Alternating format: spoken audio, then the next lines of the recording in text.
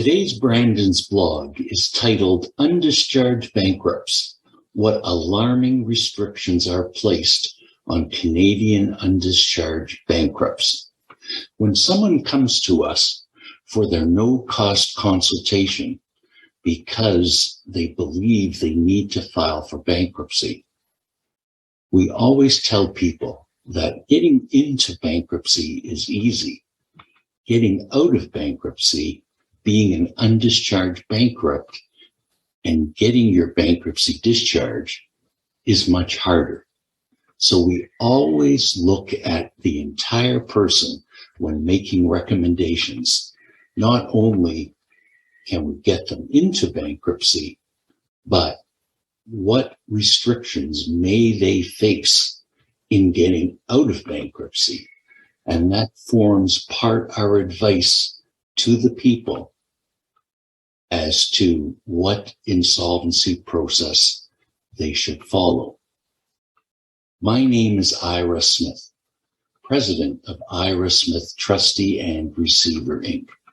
Both Brandon Smith and myself are available to answer any questions you may have, either about this Brandon's blog or anything else at all. So shoot us a message, give us a phone call. We would love to hear from you. I hope you can watch until the end of this video, because I know you will find it informative. When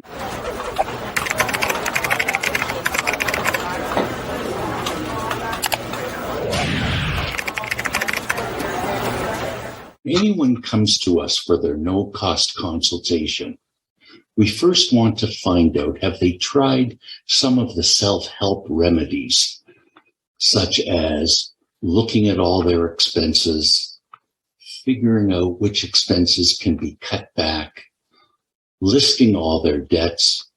Have they tried one of the debt reduction strategies that you hear about all the time, such as debt snowball method, debt avalanche method?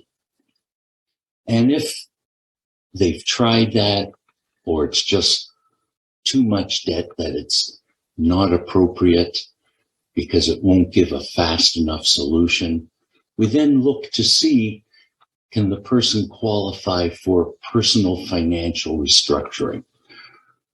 And the most common one that you hear about, financial restructuring for an individual under the Bankruptcy and Insolvency Act, is a consumer proposal. And we look at that option versus bankruptcy and to see which one would be better for the person. And bankruptcy is always the very, very last resort because of the various restrictions it places on undischarged bankrupts. Filing for bankruptcy is not what eliminates all of your debt. It's getting your discharge from bankruptcy that eliminates your debt. And Brandon goes through all of the issues that anyone with debt problems and are considering personal bankruptcy need to know about. He discusses how bankruptcies work in Canada, the types of debts that are not forgiven even if you get your discharge from bankruptcy. He talks about what are the consequences of a bankrupt not being able to get their discharge in fairly good order. And the issues are being unable to obtain credit, being unable to work in certain jobs or professions, how long the information lasts on your credit report, and being subject to certain restrictions in both property and finances. Brandon discusses what the options are available for undischarged bankrupts whose situation is such that they're not entitled to an automatic discharge. And Brandon goes through the 5 types of bankruptcy discharges available to an undischarged bankrupt. And the restrictions that he discusses are quite weighty. And that's why bankruptcy should be a person's very last resort.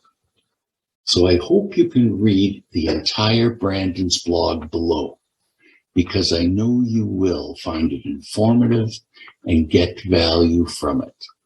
Again, both Brandon Smith and myself are available to answer any of your questions, either about this Brandon's blog or anything else at all.